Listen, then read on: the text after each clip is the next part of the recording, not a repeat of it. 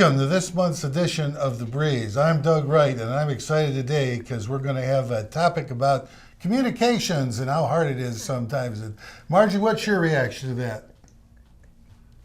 Oh, Margie? oh, hi. Sorry. I just on the phone. Well, we're lucky also today that we have a special guest panelist. Tina is on assignment at wineries in California. And our own Larry Keilkopf, we're going to find out if he's truly out of his mind today. Hey, Larry? Hello. What? Hey, how you doing? Good. Larry Keilkopf, ladies and gentlemen. And today, seriously, we're going to build on what we talked about last month, which was the image of Sun City people and their communication, how they present themselves. We're going to stay away from social media as a means of communication and just talk about one-on-one issues. And Margie, what's the most important thing you see when you meet someone about establishing a good line of communication? Well, you know, we all know about nonverbal communication, where it's not Right. the words that come out, but other things about the person that we might just get an initial impression about, right or wrong. And that's a caution. So your man, if you will, your outlook sort of communicates what you're all about without a word. Yeah, and I think so. It's just sort of a instinctive thing that I do. You kind of size somebody up. Mm-hmm. And unfortunately, we often do that before they even open their mouths to communicate. We see the other nonverbals going on, and you know, we may make a judgment. Yeah, and how about you, Larry? Are you sort of the same way or not? Well, I like what Margie said about sizing people up. I think when I do it in terms of assessing someone's communication styles, I'm interested in the amount of detail that they tend to go into in terms of their background, facts, evidence, whatever it is. That's kind of what I'm looking for first, because if I hear somebody that has a lot of detail, I'm excited about that person's communication style, frankly. Oh, really? So you like them to get right to it and be very detailed. I sort of like the opposite. I would say, you know, I'm going to assess the listener based on facial expression, by stance, by approach to you, whether they're interested in you or not, and, you know, establish a line of communication if I can. Well, yeah. Without necessarily getting into detail. Mm-hmm. And of course, men and women are different, I think. No. Tell me and my women friends. Okay, I'll lay it on you, Marge. Okay. You know, men I seem to be more bottom line. You know, they get right to the point. Women are more about process. And I'll give you an example. The guy goes to his wife on Saturday. He says, "I'm going to the hardware store. I need some nails." She says, "Okay." He goes, doesn't talk to anybody, goes, gets the nails, comes back. When he gets back, she says, "How was it? How was it?" And he says, "I won. I got the nails." And she says, "No, I want to know, you know, who did you see? Did you talk to anyone? What's going on in town?" She's all about process. Now, do you agree or disagree? Well, that may happen, but it's absolutely just a reflection of the core of who we are, in wanting a lot of information, wanting to learn the details, and wanting to extend the conversation with men. Otherwise, it's like, okay, told you once. Well, I don't know, Larry. You're an expert on communication with the opposite sex. Oh, well, yeah. You think? Yeah, I do. I think what you're talking about, though, you raise a good point. And I think maybe I hate to make gender blanket statements, but I do think maybe for women, there's an expectation of more than just the objective of what you went to the store for. Mm-hmm. I think that's what that's about. And so, yeah, for you, it's getting the nails, but for someone else, it might be, what was that whole experience like? And gee, that's all you did? You know? Yeah. You got nails? Yeah, that's it. Poor thing, you. But you have to be mindful, too. That may be the most essential and lengthy conversation they have that day with each other. Ooh, that's pretty scary. Yeah. I doubt that happens here, but... Well, you know, everybody at Sun City communicates in some way through the clothes they wear, through, you know, where they visit, what clubs they join. You communicate something about yourself. But what do you see as some difficulties in communication here or in society generally? Well, I think like we just demonstrated, there are distractions now to communication. Right. And we've learned to do it quicker, fewer words, over an airwave or whatever you call these things that happens. And we don't really take the time to look in somebody's eyes sometimes and really have a conversation. Mm-hmm. Well, I think that's right. I think one of the things that sparks a good communication is being the best listener you can possibly be and not give way to distraction, because not only is there social media and all kinds of electronics, but there, the distractions of maybe you're in physical pain, maybe you're got an appointment you want to get to, and so on and so forth. And sometimes you're just not listening, and that leads to some miscommunication and perhaps some upset. And on that point of listening, you always hear the charge, you're not a good listener, or what makes a good listener. To my way of thinking, one of the things that makes a good listener is, are you asking questions about what the other person is saying? Mm-hmm. Are you soliciting information? Well, first off, successful communication to me is, did the receiver get the meaning of what the sender was sending? Did the sender say what they wanted to say, and did the listener receive exactly what the sender actually meant?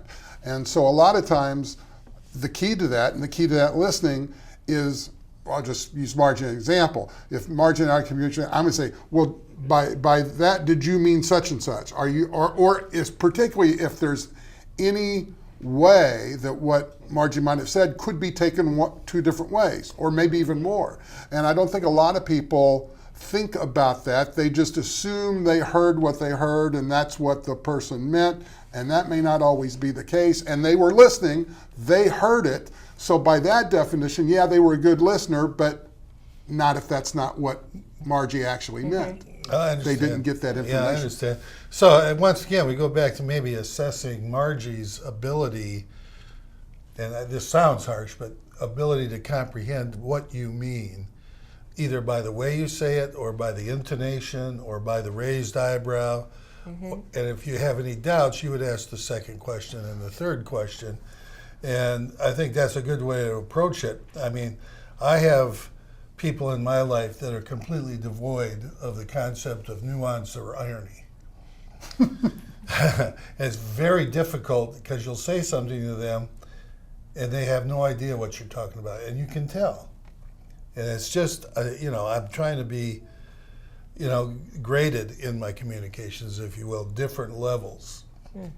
I know it sounds like a lot, but it's just the way I go about things. Yeah. But yeah, I put a lot on myself to make sure I'm soliciting information from the speaker. But in certain respects, I guess I'm putting something on the speaker's shoulder as well, for the speaker to say, now, how could my listener be misinterpreting this? What additional information should I be giving them to make sure that they get what I'm trying to say? Yeah, and I don't think we think through that. I think No, we just, I don't think we do. just give a response that may not even be the most helpful at that point. And it's particular. If we're just having a conversation about the weather, that's not so important. But when you get into things like you're trying to persuade me of something, or I want you to pick up a certain type of nail at the hardware store, I better be very specific as to what I want you to go get at the store or anything else, brand names, quantities, sizes, and on and on and on. Otherwise, I bear some responsibility for not giving you that information. Okay, and of course we've all been in relationships, and sometimes that adds extra pressures, if you will, because of the emotions involved, Right. which are at a higher level than if I'm meeting Joe Blow on the street. Now, I wouldn't accuse you of this, Larry, or you, Margie, but sometimes you get into what might be called a spirited discussion or an argument. Mm-hmm. And how do you approach that without going totally off the wire? Whoa. Huh? I don't like confrontation. Okay. But I think what I've learned, and I think we've all kind of been through some course about iMessages. And so instead of saying, well, you don't know what you're talking about, if we can say, I'm not quite understanding what you're saying. because you're an idiot. And by that time, I'm seething inside, and I might agree with you and say, well, it takes two. But I think, we have to decide if we're going to take charge of it or not. Or these things can roll out and be really not good at all and damage friendships. Well, what happens when you just can't reach someone? Somehow you've been as nice as you can be, which is pretty darn nice, and you've tried to explain it in different ways so that you're not hitting one of their hot buttons. But maybe they're not as open-minded about politics, religion, sex, drugs, rock and roll. Well, I just might divert from my usual practice and say, you know what, you're not worth my putting my time into. No, I would never do that. But I think we know when it's happening. Yeah. And I think that one of us has to take responsibility for the conversation. So if it happens to be me, I will hopefully find a graceful way of exiting from it. Yeah, and you're not a person, and I'm not a person, and Larry's probably not a person that has to win every time. Okay? Yeah. Larry, I hope not. yeah. But in terms of, I think every argument has a common foundation that makes it an argument, particularly when the emotions get hot, and that's basically you don't think like I do, and that's going both ways. Right. And because that person doesn't have your communication style, doesn't share your values as to what, in many cases, constitutes valid evidence. For many people, valid evidence is the fact that they feel a certain way, and it has nothing to do with the facts of the matter, et cetera, et cetera. So again, that person's not thinking like I do. And I think there's a frustration there born from the fact of, well, gee, what do I do now? I don't know what to do. I don't know how to approach this. I think I'm this great conversationalist, persuasive, this and that and the other, but now I don't know how to communicate with this person. And this person obviously doesn't know how to communicate with me. And so you either withdraw, as you say, it's not, we can't do this, or you escalate, and we know what happens when that happens. Yeah. Well, and you raise a good point, in that a lot of people have opinions, and sometimes you'd like to know, was there a basis for that opinion? Or as you say, is it just a feeling? And what are your chances of changing that feeling in that moment with cold, hard facts that you know are true? Almost minimal or not at all. They feel some way, they're going to feel that some way. Then you have to say, does this really matter to me? That's what I approach. Yeah. I mean, my wife and I once got in a spirited discussion about what would you do if you won the lottery? What would you do with the ticket? And I said, well, obviously you'd do this. And she said, idiot, I would do this. And so we started getting at it. And finally I said, do you realize we're about to argue about something that's never going to happen? And it just doesn't matter. Yeah. So that's kind of become our mantra if we get into a little discussion, does it matter? Yeah. Well, you're right. You're right. And we can't legislate somebody's feeling or say you shouldn't feel that way. What do you mean I shouldn't feel that way? It's how I'm feeling. Respect that. Don't criticize it or try to make me feel anything different. And I think in this day, Facebook, the anger and the position building of people in terms of where they are politically or in the religion, sphere or whatever, I think I'm almost afraid to post on there anymore. Well, the anonymity helps. Well, it does, but on Facebook you really don't have that. Okay. And I didn't know. So it's kind of like we're just waiting to challenge nowadays, it seems. Well, do you think people in Sun City in particular, because that's where we are generally good communicators? Again, it depends. Someone told me this a long time ago, and it really registered with me. Communication really depends on whether you're just having a conversation or you're trying to make a decision. Right. Trying to persuade somebody or trying to get to something really mean. What are we going to do type of thing. I think most people are probably reasonably good at just having a conversation. I don't think most people are particularly good when you are trying to make a decision and that decision becomes contentious in terms of resolving the things that are in conflict in terms of weighing the evidence. And one of my, I'm not good about this, but you talk about having you feel what you feel, and a lot of times I think, I'm a frustrated attorney, that if I can just give you the evidence for why you shouldn't feel that way, we can make this better, Margie, really, seriously. And that's not... You're not getting anywhere with her, I'll tell you that. No, right no, now. that's not a good idea anyway, and I'm very guilty of that. Well, then quite you got to often. raise that issue: is this a non-negotiable issue, or is this something that doesn't matter in the long run? Exactly. Well, and the politics, you talked about the politics, it's very much like your story with the lottery ticket. How many political discussions revolve around things that we're not going to resolve anyway, Right. because we're not elected officials, and et cetera, et cetera. But man, we get into it, don't we? Well, we went out on the streets for some man on the street interviews. We talked to people and asked the question first: are you a good communicator, and why or why not? And tell us about it. And we got some interesting answers. Well, Jim, are you a good communicator? I think so. Well, great. And, talking to individuals here, what issues do you face and how do you present yourself? Well, we have 7 children. Communication is very, very important. Email, telephone. And when you're communicating, I get the 7 children, but you got to talk to them and guide them. But, if you meet someone, how do you establish communications? Right now, I mean, Yeah. at this age, actually, probably just the shaking hands across the street, inviting them to home a couple of times. We just finished a major problem at home with my wife, who's very, very healthy now. Great. And the neighbors came out in droves. We have something like 40 cards at home that she received. She's right now clean as a whistle. It's the second time with cancer. It was because of that support that she did so well. Well, it's probably due to the fact that you communicated with these people earlier. Actually, I didn't. The word in Sun City, spreads like wildfire, and the neighbors came on themselves. I mean, I would not invite somebody into a situation like that.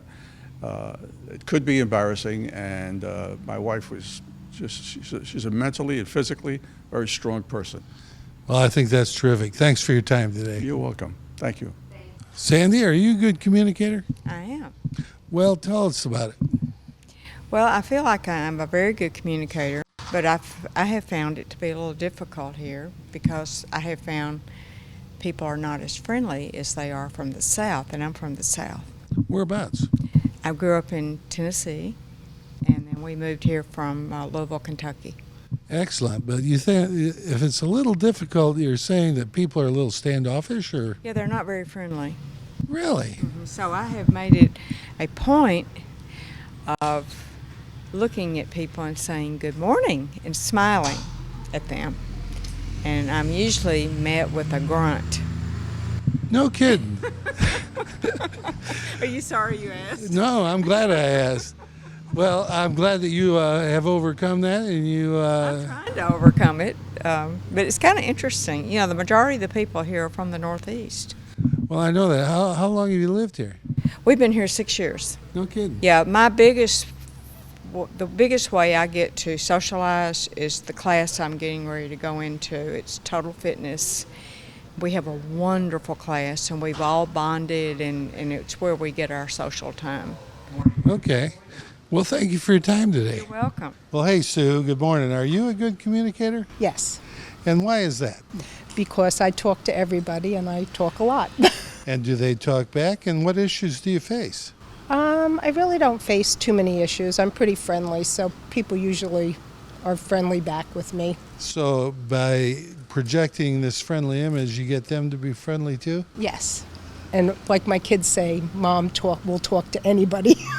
All right. Well, thanks so much. That's great. Thank you. Well, that's interesting, Larry and Margie, but how many times do you really think you're going to change somebody's mind or somebody's ability to communicate with you by telling them you have to appreciate my way of doing things, and if you did things my way, we could communicate in a better fashion? I don't think you can do that successfully without paying a price. without paying a price. Yeah, well, that could be sacrificed in a relationship. Mm-hmm. And I think we have to decide whether or not it's worthy of that. Okay. You almost have to agree with some people about certain topics that this is not, we're not going to discuss this. Let's talk about this and this and this, but we know where we go with this, we get into trouble. Let's not do that today. Let's talk about other things. Try to take charge of it. I think a lot of times when I'm in those kind of contentious discussions, I don't necessarily expect to change your mind or persuade you if I know you're that entrenched, but I would like and I would appreciate if you could acknowledge the validity of the separate facts and evidences that I'm presenting. They may not coalesce to something that would cause you to change your mind, but give me my due, so to speak. And if I can get that, then I think that measure of respect is the foundation upon which we can then agree to disagree. But I think you've got to have that basic respect for what the other person's basis for their feelings are. Well, I get what you're saying, and if I disrespected what you were saying, I'd be sitting here rolling my eyes or giving it one of these, or doing something. Well, and that sort of lends itself to Further attempts to change my yes, mind. it certainly does. Well, speaking of which, Margie, I know you've thought about the ways of communication, including body language, facial expression. Yeah. That's so important. It was Ralph Waldo Emerson that said, "Your actions speak so loudly, I cannot hear a word you're saying." And if we think back even to our early being disciplined by our parents, if I would have rolled my eyes one more time, if I would have looked off in the distance as my parent was saying, "You look at me." Right. And if we're talking to somebody, even just a nice conversation out in Pinckney Hall, and suddenly our eyes are being cast, oh, hi, and we're not attentive, we're not paying attention. Right. That's all the nonverbal things send such powerful messages. Well, and a lot of the nonverbal things are really reflexive. They're like instantaneous. You might not be able to help it. Whereas you can think about what I want to say or not say, but someone hits you something, and all of a sudden those eyes are rolling, and you didn't even have a chance to check it. Yeah, Yeah. to monitor your own behavior. Monitor your own behavior. Yeah, I think that's right. I mean, I have a sort of a gut reaction to people when I meet them based on their facial expression. And Yeah. Are you grumpy, and do you have a good reason for being grumpy, or are you just cheerful? You can tell pretty much right away, and that sort of alters the way you might approach them. Yeah. I typically say good morning to everybody. Some people say good morning back, and how are you? Beautiful day, blah, blah, blah. Other people just grunt. Yeah. Well, they've got issues that I don't know about, is the way I have to rationalize. But it is, the way you present yourself is so important and sort of leads to the collective, Sun City image that we talked about last month. If you're projecting that you've got problems or you're a curmudgeon or you don't want any interference in your little life by that person saying hello, then it could be a problem communication-wise. Well, and you really hit on something there, and that is the person that, based on your past experience, you know what you're going to get from them. They're never happy. So you're not going to have a cheerful discussion with that person because they're going to bring you every problem they ever had within the past 10 minutes, and oh boy, how exhausting is that? Yeah, yeah. And they say when we meet somebody for the first time, we make a judgment about them within the first 17 seconds. Oh, sure, I believe that. I So believe that, we yeah. could write them off, and yet I was raised with the don't judge a book by its cover. But nowadays, since we've learned about communication so much more, it's that we do make those judgments. Sure. Well, as Larry points out, there are some people who are just contrarians, if you will, just looking for something to go wrong or something they can talk about in a negative way. Well, this has been a great conversation, and perhaps we can continue it. Larry, thank you so much for Absolutely. standing in for Tina. And I'm not going out of my mind. Well, not today, Not today. but you know, your facial expression says differently. And we thank you for watching The Breeze this month. Please join us again next month when we again shoot the breeze.